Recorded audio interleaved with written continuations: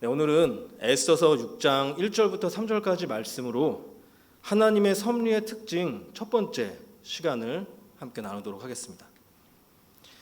이 하나님의 섭리는 하나님의 목적, 하나님의 뜻을 이루시기 위해 하나님의 방법으로 또 하나님의 때에 이 세상에 개입을 하시는 것을 말합니다.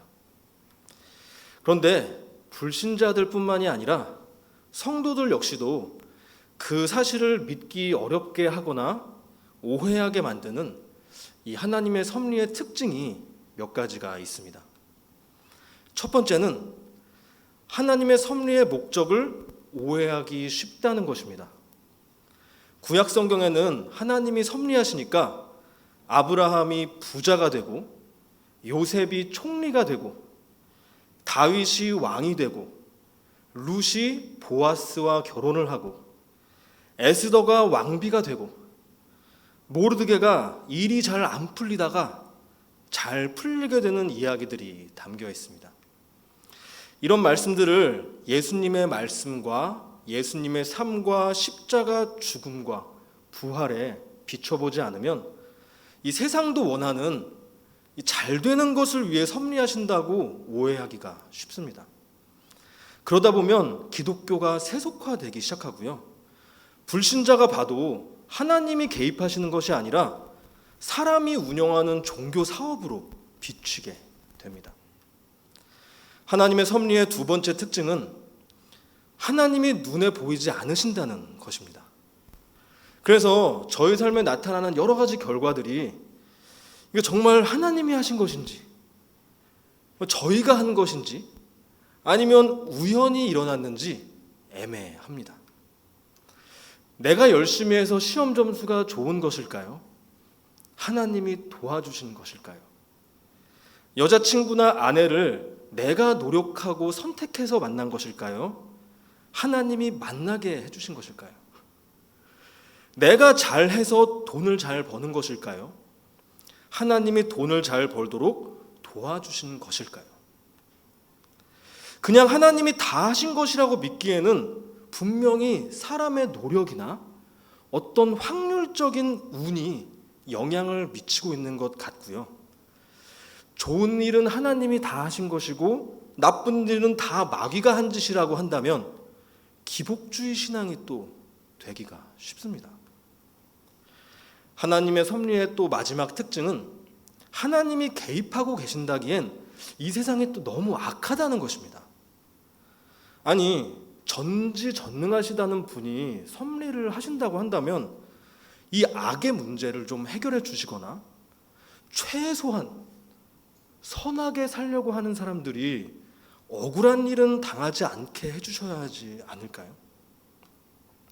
이런 이유들 때문에 하나님이 섭리를 하신다고 믿기보다는 자신의 노력의 여부에 따라 인생의 결과가 달라지고 부모님이 건강하시고 재력이 있느냐 없느냐가 중요하게 여겨지고 아니면 운이라도 좋아야 한다고 생각하기가 쉬운 것입니다.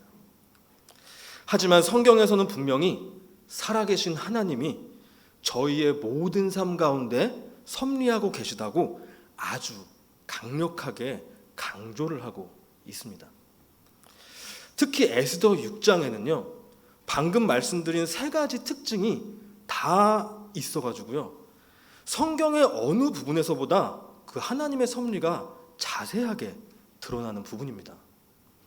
그래서 그 6장을 그 특징에 맞춰가지고 세 번에 나눠서 보려고 하고요. 오늘은 특히 섭리의 목적에 관련된 특징이 나타납니다.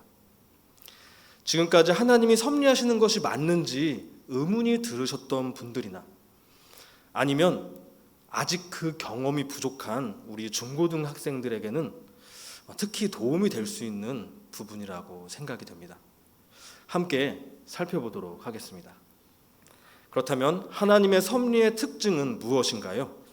첫 번째로 하나님의 공로와 은혜를 기억하게 하십니다. 1절과 2절을 다시 한번 제가 읽어보겠습니다. 그날 밤에 왕이 잠이 오지 아니하므로 명령하여 역대 일기를 가져다가 자기 앞에서 읽히더니 그 속에 기록하기를 문을 지키던 왕의 두 넷이 빅다나와 데레스가 아하수에로 왕을 암살하려는 음모를 모르드게가 고발하였다 하는지라. 아하수에로 왕은 두 번째 잔치를 앞두고 그날따라 잠이 오지 않았습니다. 그래서 왕의 일들을 기록한 역대 일기를 읽게 되는데요. 그때 자신을 반역에서 구해줬지만 잊혀졌던 모르드게의 공로와 은혜를 알게 됩니다. 여기서 히브리어로 역대 일기는 기억의 책입니다. 그런데 고대 역사책들을 기억의 책이라고 부르는 경우는 거의 없습니다. 성경의 다른 곳에도 종종 역사책들이 언급되는 경우가 있는데요.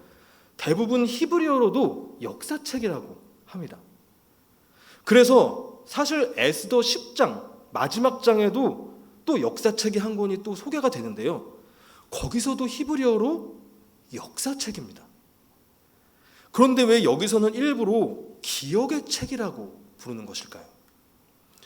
기억이라는 히브리어 단어는요, 하나님이 저희를 구원해 주신 공로와 은혜를 기념하는 절기나 요단강을 건너며 세웠던 기념비 같은 곳에 사용된 단어입니다.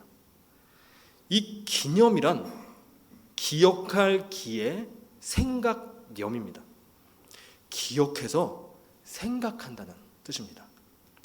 결국 이 책이 실제로는 페르시아 사람들이 쓴 페르시아 왕들의 역사책이 맞지만 이 맥락 안에서는 모르드게에 잊혀졌던 공로와 은혜를 기억하는 책으로 하나님이 섭리하시는데 사용하셨다는 것을 보여주고 있는 것입니다.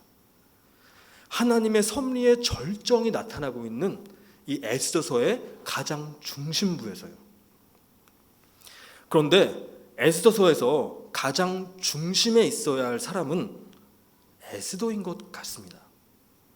여러분들도 에스더서 설교라고 한다면 죽으면 죽으리다 하는 부분을 가장 많이 들어보셨을 것입니다. 그리고 또 그 모습이 예수님의 희생을 보여준다는 것도 잘 알고 계실 것입니다. 그래서 그 부분이 에스더서에서 가장 절정인 것 같고 에스더가 주인공인 것처럼 보입니다. 제목도 에스더서이고요. 그런데 사실 그 부분이 담겨있는 에스더 4장도요. 위기에 빠진 백성들을 향한 모르드게의 애통한 마음이 드러나고 있고요. 그 위기를 해결하기 위해 자신의 딸을 중보자로 세우는 모습이 강조되고 있습니다. 사실 그 과정 가운데 에스더가 죽으면 죽겠다라고 고백을 한 거거든요. 게다가 에스더서를 또 끝까지 읽어보면요. 결국 모르드게가 페르시아를 다스리는 실세가 돼서 영광을 회복하고 백성들에게 참된 평안, 샬롬을 주는 장면으로 끝이 납니다. 거기에 샬롬이라는 단어가 나와요. 이런 모습들은 마치 하나님이 죄에 빠진 백성들을 애통하게 바라보시고 예수님을 중보자로 세우시고 예수님의 희생을 통해 그 아버지인 하나님의 영광이 회복되고 통치가 회복돼서 저희에게 참된 샬롬을 주는 모습과 너무나 닮아 있는 것입니다. 그래서 에스더가 예수님의 모형이듯이 모르드게가 하나님의 모형이라고 보는 것이고요. 그래서 오늘 본문을 통해 잊혀졌던 하나님의 공로와 은혜가 기억되는 것이 하나님의 섭리의 목적이라는 것을 이 에스더서의 가장 중심에서 강조를 하고 있는 것입니다. 그런데 이렇게 책의 중심에서 하나님의 공로와 은혜를 강조하는 구조를 가진 책이 또 있는데요. 그것이 바로 레위기입니다. 레위기는 제사법들과 여러 가지 절기들이 가득 담겨 있습니다. 모두 죄에서 용서하시고 구원하시는 하나님의 공로와 은혜를 기억하게 하는 율법들입니다. 그런데 이 레위기는요, 모세가 쓴 5권의 책인 모세오경 중에 하나인데요. 모세오경은요, 나머지 성경들을 쓴 저자들에게 핵심적인 영감을 주는 중심 뼈대와 같은 책들입니다. 그런데 이 레위기는 또 그 5권 중에 가장 중심에 있습니다. 창세기, 출애굽기, 레위기, 민수기, 신명기. 이 혼돈과 공허로부터 시작되는 창세기에서부터 질서와 충만함이 회복되는 하나님 나라에 들어가게 되는 이 신명기까지 그 신앙의 여정 가운데 하나님의 은혜와 공로를 기억하는 것이 가장 중요한 것이라고 강조를 하고 있는 것입니다. 그런데 또 이 레위기도 1장부터 마지막까지 대칭적인 구조를 가지고 있는데요. 그 가장 중심에 가장 중요한 내용이 또 들어 있습니다. 바로 절기들 중에 절기인 대속죄일입니다. 대속죄일은 백성들의 대표인 제사장들, 또 그 제사장들 중에 대표인 대제사장이 성전 중에서도 가장 중심부인 지성소에 1년 365일 중에서도 그날 하루만 들어갈 수가 있어가지고요, 지난 1년간 백성들이 지은 모든 죄를 용서받으며 그 용서를 위한 하나님의 공로와 은혜를 기억하는 절기입니다. 참 신기하죠. 극적인 스토리가 담겨 있으면서 명시적인 하나님이 하나도 나오지 않는 이 에스더서와 하나님의 법조문이 가득 담겨 있어가지고 어떻게 보면 딱딱해 보이는 레위기 모두 구원하신 하나님의 은혜와 공로를 기억하는 것이 중심에 담겨 있는 것입니다. 그래서 이것은 사실 성경 전체가 그 목적을 위해 하나님이 섭리하신다는 것을 강력하게 강조를 하고 있는 것입니다. 왜냐하면 하나님은요, 저희가 그 은혜를 잘 기억해서 감사와 기쁨이 가득하게 살기를 원하시기 때문입니다. 바로 그런 삶이 하나님을 품고 사는 삶이라고 하는 거고요, 구원받은 삶이라고 하는 거고요, 은혜가 충만한 삶이라고 하는 거고요, 복된 삶이라고 하는 거고요, 그것이 저희를 향한 하나님의 뜻입니다. 엄청 거창한 게 아니에요.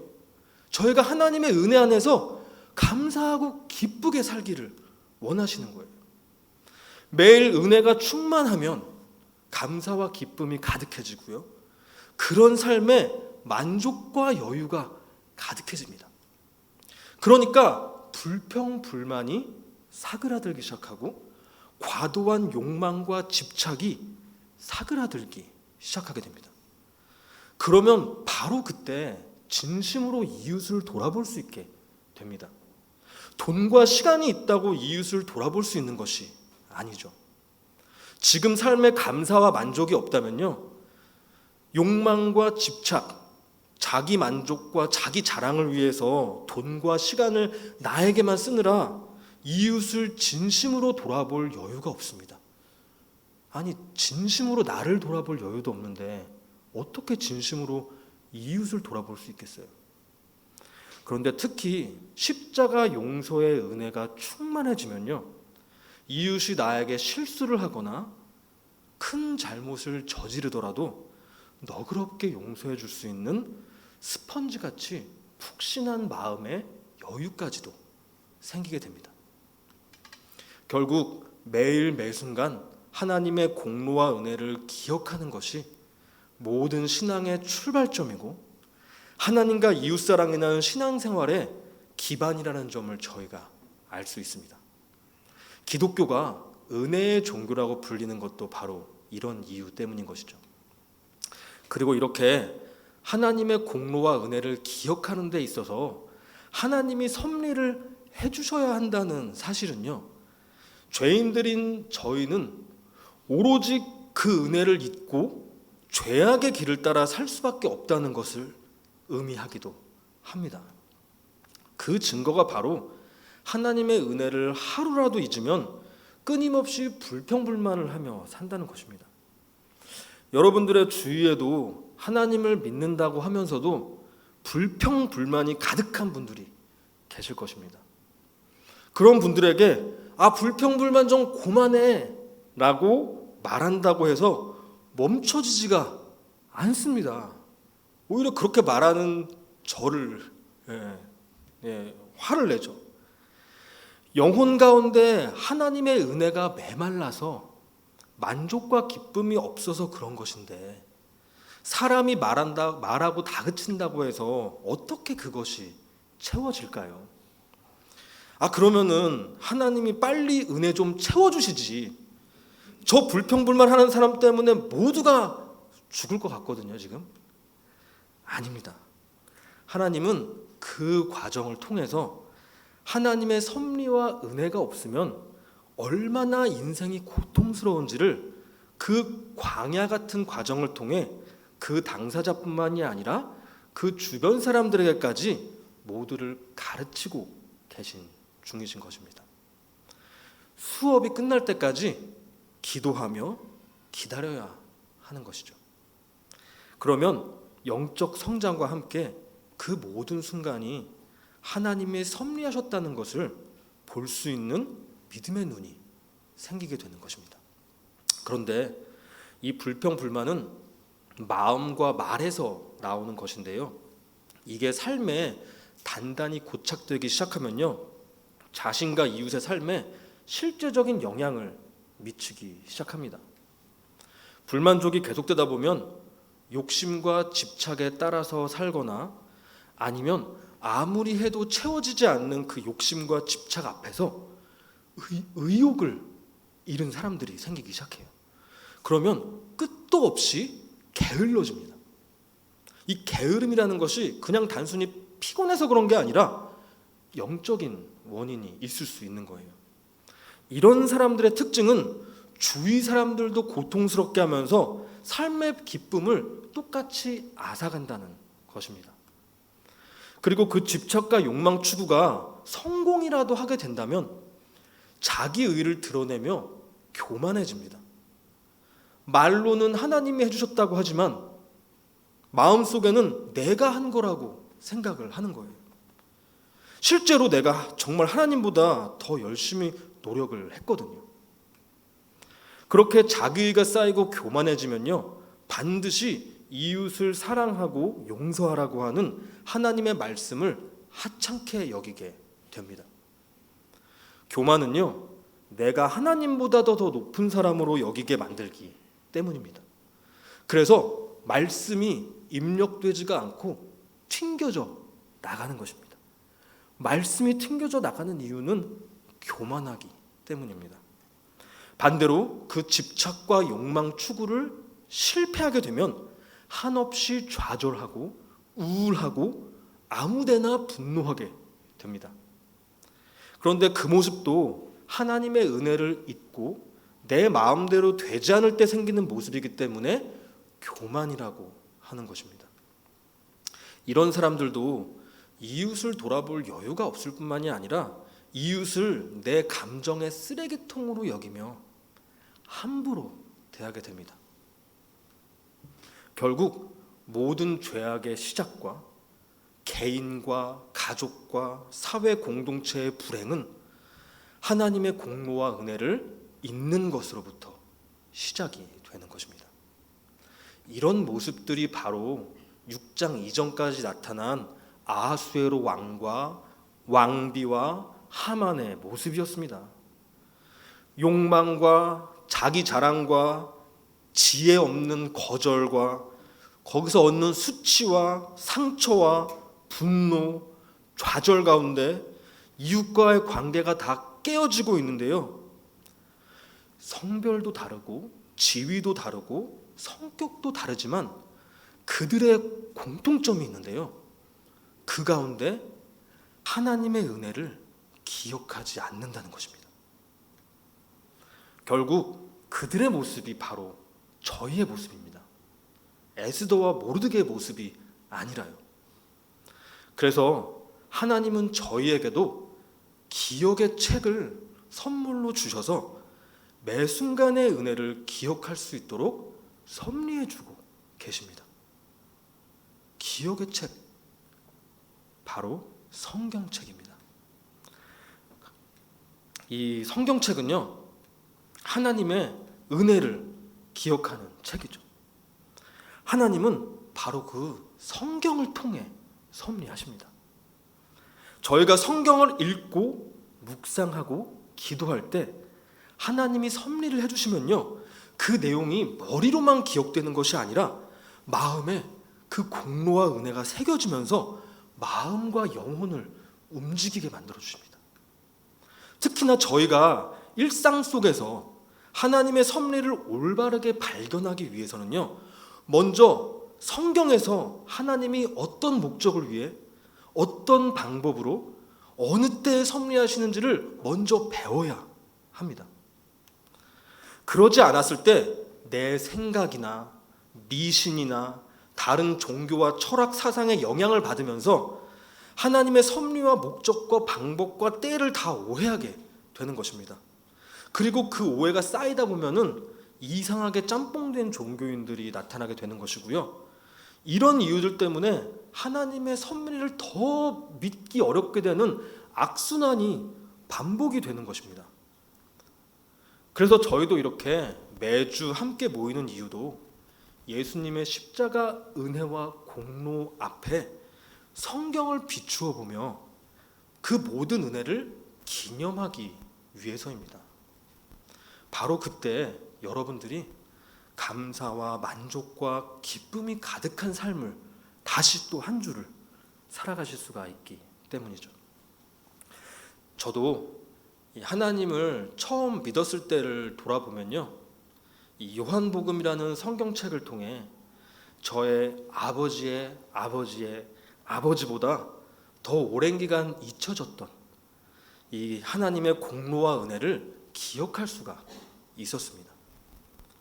와, 그때 그 은혜가 인생의 방향을 바꿀 정도로 정말 강력하게 다가왔었습니다. 이게 단순히 직업이 바뀐 게 아니죠. 그런데 그렇다고 해서 제가 그 이후의 인생이 은혜가 충만하게 살아오지는 못했습니다. 그 이유를 돌아보면요, 항상 그 엄청났던 하나님의 공로와 은혜마저도 여러분들께 제가 나눴잖아요. 길을 걸으면서 하나님이 강권적으로 섭리해 주시고, 성경을 읽으면서 하나님을 믿게 돼서 막 눈물이 나면서 막 영화 필름이 지나가고 막 죄들이, 그 다음 몇 달 뒤에 부모님이 다 믿게 되시고 막. 근데 여러분, 그런 것마저도 다 잊게 됩니다. 교만이 머리 끝까지 차오르기 때문이에요. 제 안에 지난 설교 때도 나누었지만 하나님이 그렇게나 그때 마침 섭리해 주셔서 은혜의 선물로 만나게 되었던 배우자입니다. 그렇게 만나게 해주신 제 아내가 열심히 일해가지고 돈도 벌어주고 애들도 많이 낳아서 잘 키워주고 목회자의 길로 갈 수 있도록 지지해 주신 덕분에 제가 이렇게 목사가 됐을 뿐만이 아니라 제가 원하는 만큼 집에서 하루 종일 성경을 연구할 수가 있고요, 이렇게 제가 원하는 대로 설교를 할 수 있게 됐습니다. 옛날에요, 머릿속에는 이렇게 하고 싶은데, 왜냐하면 제가 그렇게 하나님을 만났으니까 이렇게 하고 싶은데 그게 안 돼가지고 그렇게 좌절을 했었거든요. 이게 얼마나 감사하고 만족스러운 삶인가요? 제가 10대, 20대 때 제 장래를 찾아서 헤맸던 시간들과 정말 가난하게 살았던 때를 생각해 보면요, 저는 지금 제 인생이 너무나 만족스럽습니다. 사실은 다 이루었어요. 다 이루었다. 데려가실지도 모르겠네요, 하나님이. 애들도 많은데. 제가 만약에 사례비를 더 벌기 위해, 사택을 얻기 위해 일반적인 교회에 가서 막 풀타임 사역을 했다면 이렇게 성경 연구를 못합니다. 일주일에 설교 10개씩 하면서 허덕거리게 되겠죠. 저와 아내가 존경하는 어떤 청년부 때 저희를 가르쳐 주셨던 목사님이 그 분당 우리교회에서 분립개척을 하셔가지고 바로 여기 옆에서 교회 담임 목사님으로 사역을 하고 계세요. 그분도 말씀 연구하시는 거를 정말 좋아하시는데요. 지금 그 교회 감당하시느냐 피골이 상접해 계세요. 맨날 연락드리면은 말씀을 연구를 하는 게 너무 힘드시다고. 그래서 그 얼굴이랑 눈이랑 이런 데가 마비돼 가지고 이렇게 입이 돌아가는 거 있잖아요. 막 그런 병에 걸리시고 막. 저는 만약에 제가 그렇게 되면요, 몸이 힘들어서가 아니라 성도님들께 제대로 된 말씀을 전하지 못한다는 그 사실에 제가 자괴감에 빠져가지고 제 스스로가 불행해지고, 이럴 거면 아예 하지를 말자 하고 성경은 그냥 개인적으로 연구하고 아마 다른 일을 하러 갔을 것입니다.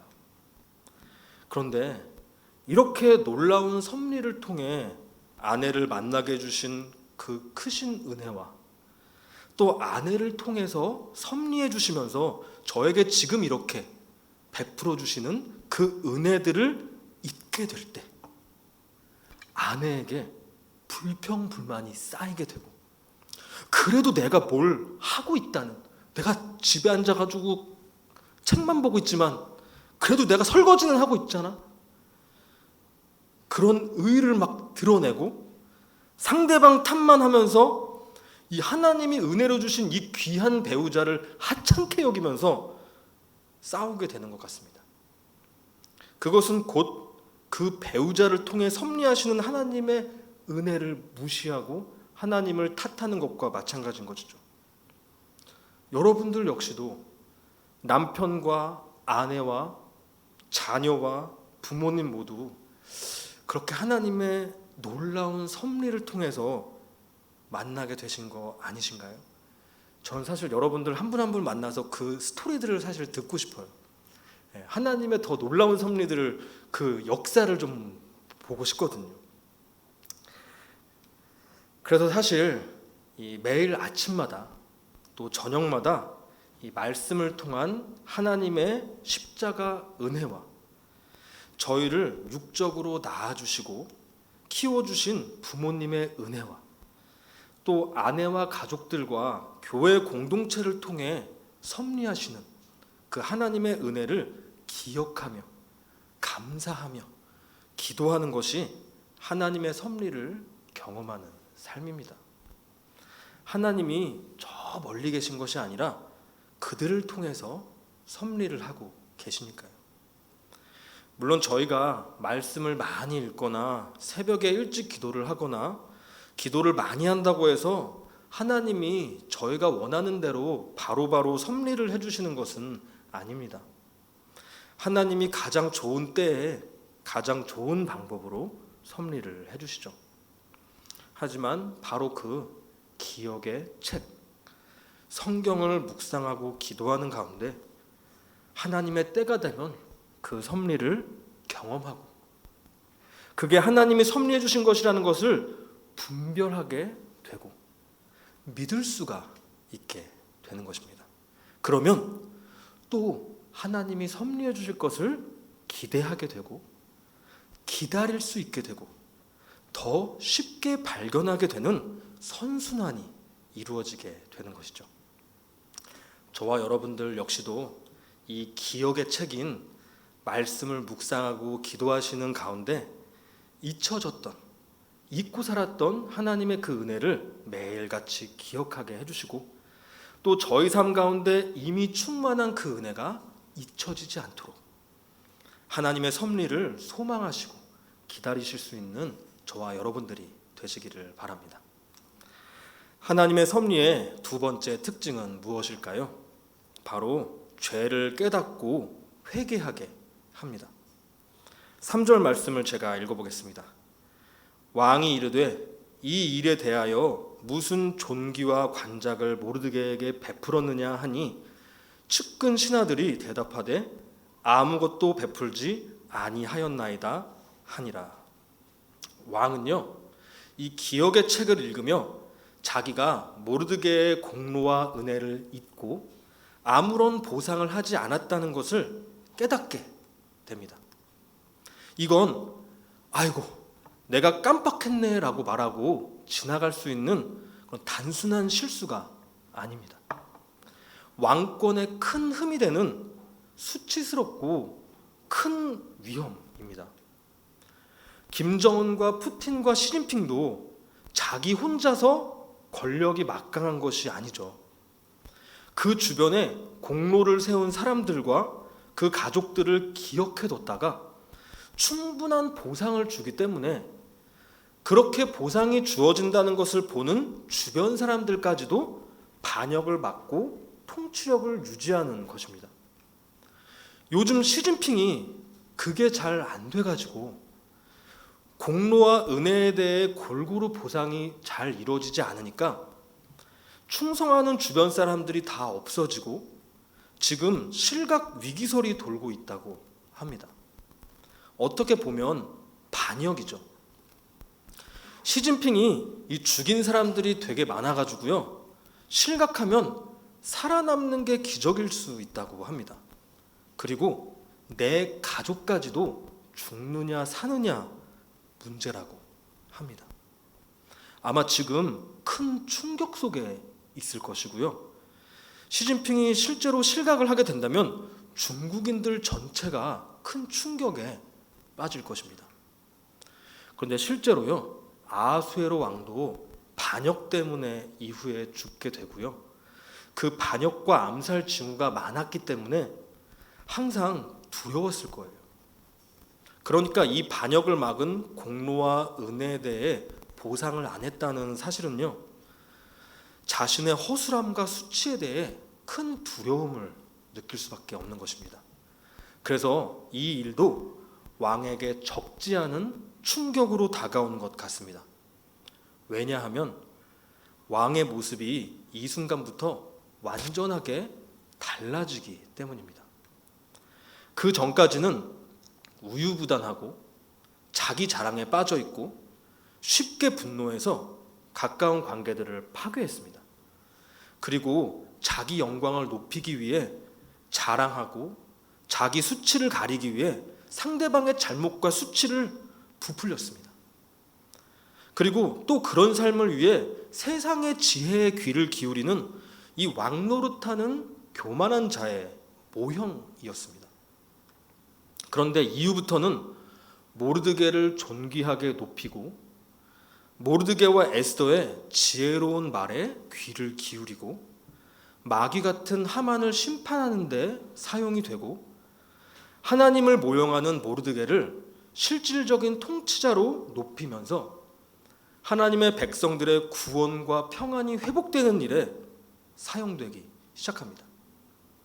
그것이 바로 하나님이 이 세상에 권세자를 세우신 올바른 목적이기 때문입니다.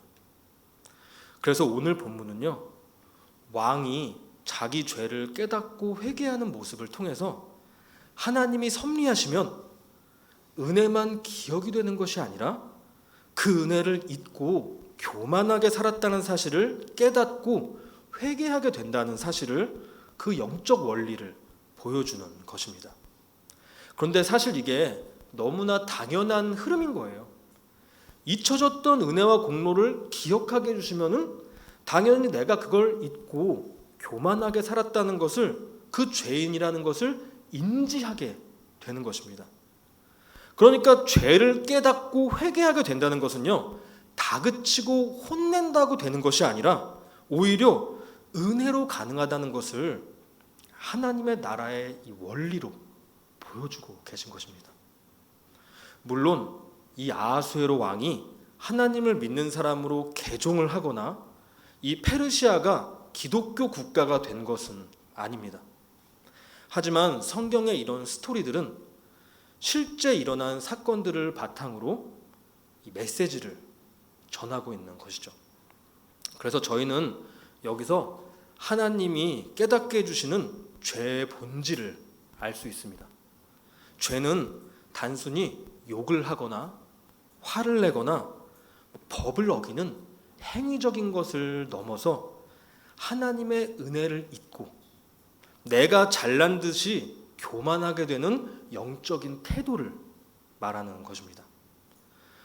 그렇게 교만한 사람들은 말씀보다 자신의 생각과 선택을 우위에 두고 그러다 보니 선악의 옳고 그름을 내가 판단하게 되고, 그러다 보니 악한 말과 행위가 나와도 괜찮다고 판단하게 되고, 그로 인해 자신과 이웃을 진정으로 사랑하지 못하는 불순종이라는 행위의 결과가 나타나게 되는 것입니다. 그런데요, 많은 경우에는요, 그런 잘못된 행위들에 대해 그러지 말아야겠다고 다짐하는 것을 회개라고 오해하기가 너무나 쉽습니다. 그런데 그런 행위적인 것들은 자범죄라고 하는데요, 이런 자범죄들은 저희가 내면에 무엇인가가 잘못되었다는 것을 알게 해주는 중요한 외적인 모습이기는 합니다.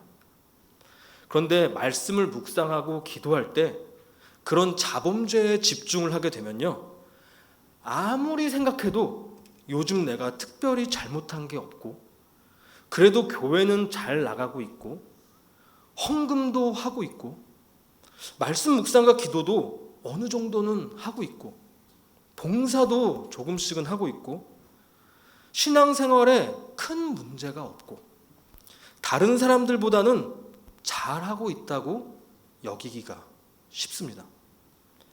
예수님 시대의 바리새인들이 바로 그렇게 하나님, 나는 다른 잘못하는 사람들 같지 않은 것에 감사합니다라고 기도를 하면서요, 자신을 자랑스럽게 여기면서 상대방을 하찮게 여기는 기도를 했습니다.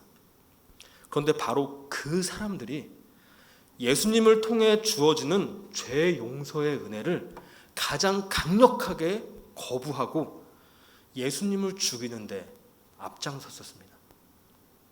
자기는 죄가 없다는 거예요.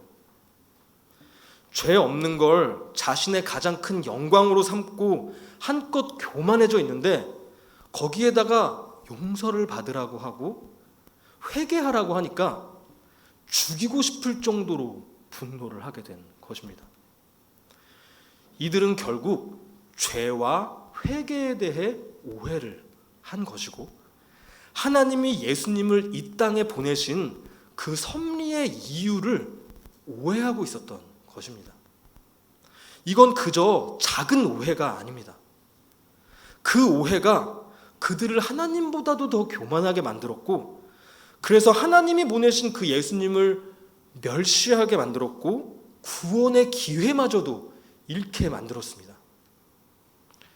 저와 여러분들 역시도 인생에서 엄청난 과오를 저지르지 않는 이상은요, 이런 행위적인 죄에 집중을 하게 되면 그런 바리새인들과 같이 되기가 너무나 쉬운 것입니다.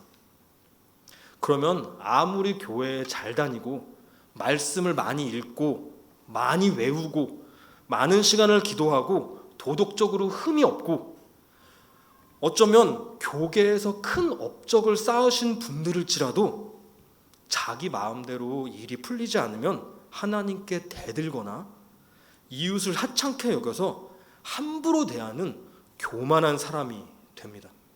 그런 사람들 텔레비전에서 많이 보셨잖아요. 예수님 앞에 오면 이렇게 때려버리겠다고 하시는 분도 계시거든요. 근데 그런 분들이 왜 사람들이 그렇게 많이 따를까요? 원래 그런 분이 아니셨거든요. 그분을 자세히 알아보면요, 원래는 그런 분이 아니었어요. 무엇인가를 잊고 있는 것이죠. 사실 저도 그런 오류에 빠진 적이 있습니다. 선교지에서 길을 걷다가 하나님의 임재를 경험하고 스스로 성경책을 읽으면서 예수님을 믿게 되니까 그 큰 은혜로 학교 수업도 빠지면서 성경책을 읽고 기독교 역사책을 읽고 한국 와서도 집이랑 도서관에 앉아서 그렇게 지냈습니다. 특히 제가 회심했던 그 중국의 연병과기대에서 저를 전담해서 신앙교육을 해주시고 세례도 받게 해주신, 한국에 돌아가면은 세례받기 힘들다고 세례를 받게 해주셨는데요, 교수님이시자 선교사님이시자 저의 제2의 어머님 같은 분이 계세요. 제가 하루 종일 성경 읽고 질문도 많이 하니까 본인의 그 사택방 하나를 내주셨습니다. 거기서 책장에 있던 신약 서적들을 다 읽게 해주셨고요. 거기서 잠자고 학교 다니게 해주시고, 그래서 새벽에 대학 교회에 같이 가서 기도 훈련도 시켜주시고, 본인이 읽으시던 목회자들이 주로 읽던 톰슨 주석이라고 한 권짜리로 된 그런 주석책도 주셨습니다. 그 주석책이 한 권으로 되어 있어가지고 들고 다니기가 쉬운데요, 아주 작은 글씨에 한지처럼 이렇게 얇아가지고 내용이 꽉 차 있거든요. 그래서 보통 전도사님들이나 목회자분들이 읽던 책이었어요. 근데 저는 한국에 돌아와서도 누가 시키지도 않았는데 그 주석 성경으로 열심히 공부를 했었습니다. 게다가 제가 하나님을 믿기 전부터도 준법 정신도 강하고 또 이웃을 배려하고 양보하는 것을 중요하게 여겼는데, 하나님을 믿게 되니까 그게 더 강해졌어요. 그러니까 어떤 문제가 생겼냐면요, 한국에 돌아와서 26살 때, 그때는 여자친구였던 제 아내 교회 청년부에 자리를 잡게 됐는데요, 시간이 갈수록 교회 청년들이 신앙생활을 너무 못하는 것처럼 보였던 거예요.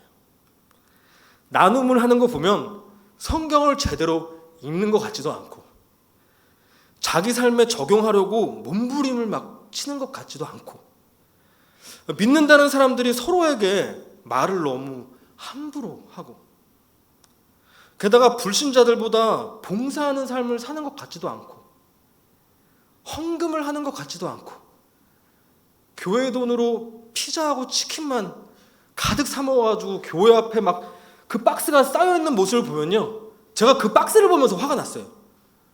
야, 교회, 제가 어렸을 때 절을 좀 다녔거든요. 제가 사실 법명도 받았습니다. 제가 군대에서는 이제 거기 어디죠? 천주교에서 그 이름도 받았기도 했고 어렸을 때는 그 불교 여름 그 불경 학교에 가서 법명도 받고 그랬어요. 절에서는 그러지 않았습니다. 절에서는 그러지 않았는데 그 박스가 쌓인 걸 보고 너무 화가 났었어요. 교회에서 헌금한 돈을 가지고 이렇게 쓴다고? 물론 이제 제가 그때 많이 오해를 한 거죠. 믿지 않는 친구들이나 신앙이 약한 친구들을 위해 그렇게 또 쓸 수 있는 거니까. 또 자기 유익과 즐거움만 챙기는 것 같은 그런 이기적인 모습만 보여가지고, 그러니까 내가 불신자였을 때도 저 정도는 아니었는데 이 사람들은 왜 이러고 사는 걸까 하는 정죄하는 마음이 가득 들었던 것입니다.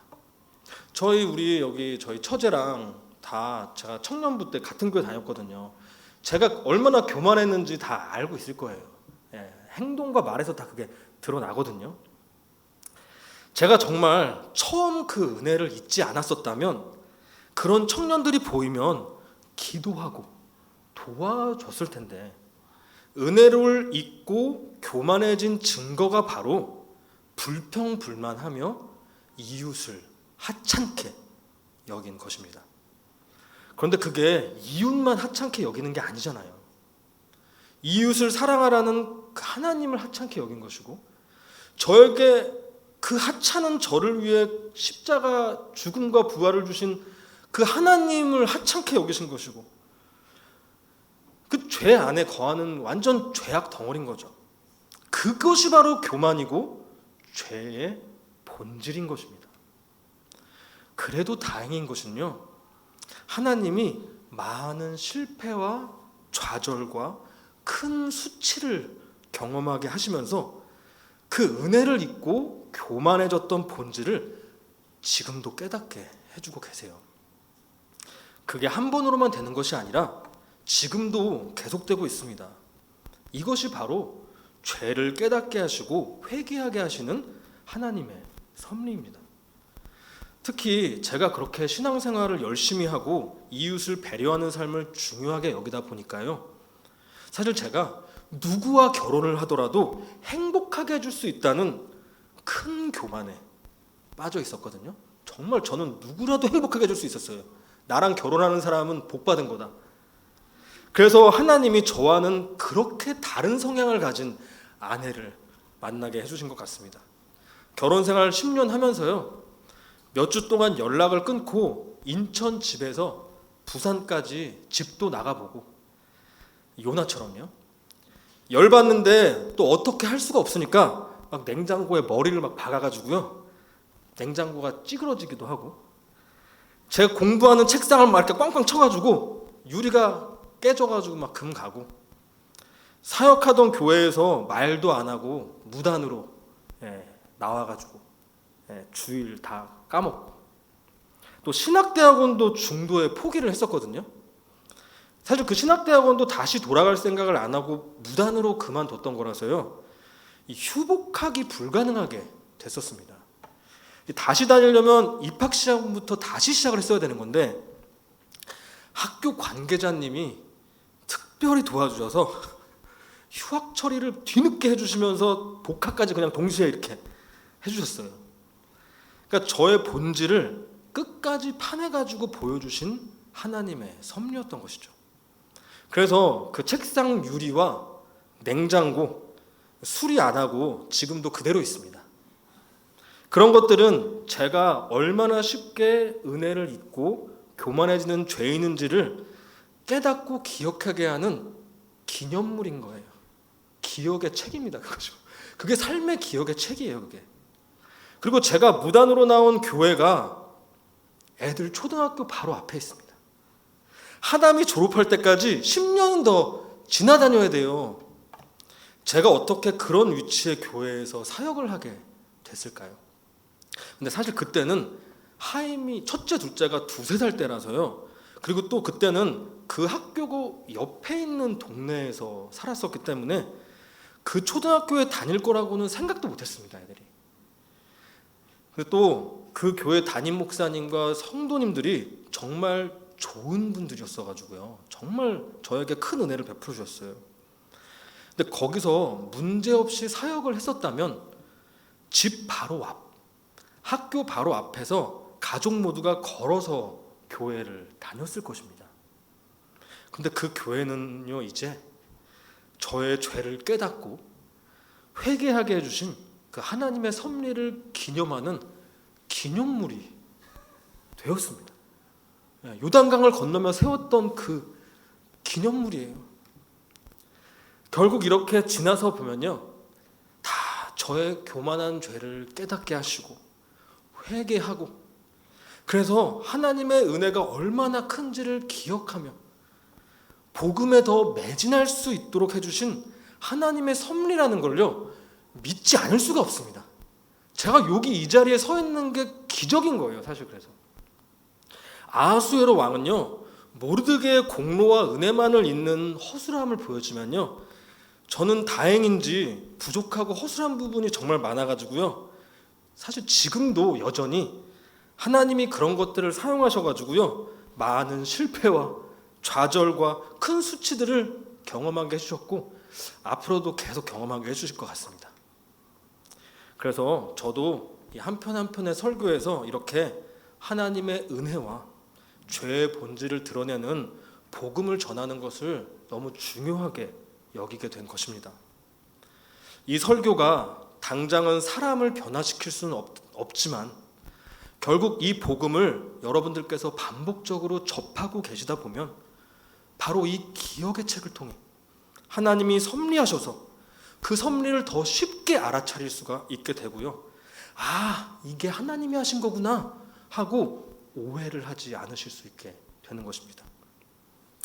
성도님들이시든 목회자들이든 바로 그 죄의 본질을 깨닫고 회개하지 않고 그것을 위해 하나님이 섭리하신다는 걸 오해하면 우리가 교회와 하나님을 위해 열심히 잘하고 있었던 것 같은데 한국교회가 왜 갑자기 이렇게 됐지?